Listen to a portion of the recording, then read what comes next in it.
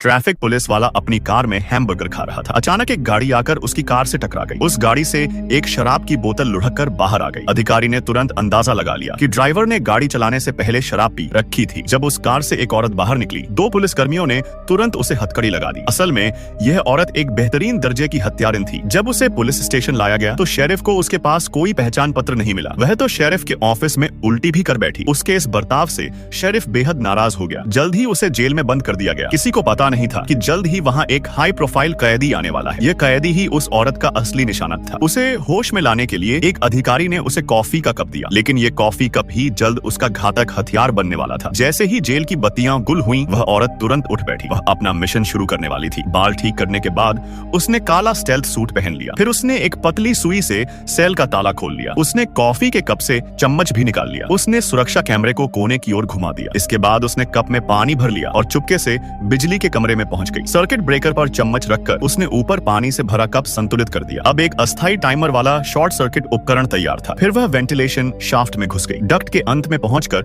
उसने अपनी घड़ी देखी। खुशकिस्मती से उसका उपकरण पंखा रोक चुका था। जैसे ही वह पंखे के ब्लेड से निकलने वाली थी, शेरिफ को कुछ गड़बड़ का आभास हुआ। उसने अधिकारियों को बिजली के कमरे की जांच के लिए भेजा। वह लगभग बाहर निकल ही रही थी कि पुलिसकर्मी ब्रेकर पैनल तक पहुंच गए। उन्होंने जल्दी से उपकरण रीसेट कर दिया, लेकिन सौभाग्य से वह वेंट से निकल चुकी थी। उसी समय एक गार्ड बाथरूम का इस्तेमाल कर रहा था और वह महिला उसके पीछे से दबे पांव वहां पहुंची। उसे बेहोश करने के बाद उसने उसका यूनिफॉर्म पहनकर निगरानी टीम को धोखा दे दिया। गार्ड की पिस्तौल लेने के बाद वह सीधे हाई प्रोफाइल कैदी के सेल की ओर बढ़ी। कुछ ही देर में उसने उसे मौत के घाट उतार दिया। तब तक गार्ड उसकी ओर दौड़ पड़े, लेकिन जब वे पहुंचे तो वहां सिर्फ मृत कैदी मिला। वह महिला फिर से वेंट में घुस चुकी थी। वह सीधे छत तक चढ़ गई। हालांकि पुलिस भी टॉप फ्लोर तक पहुंच चुकी थी।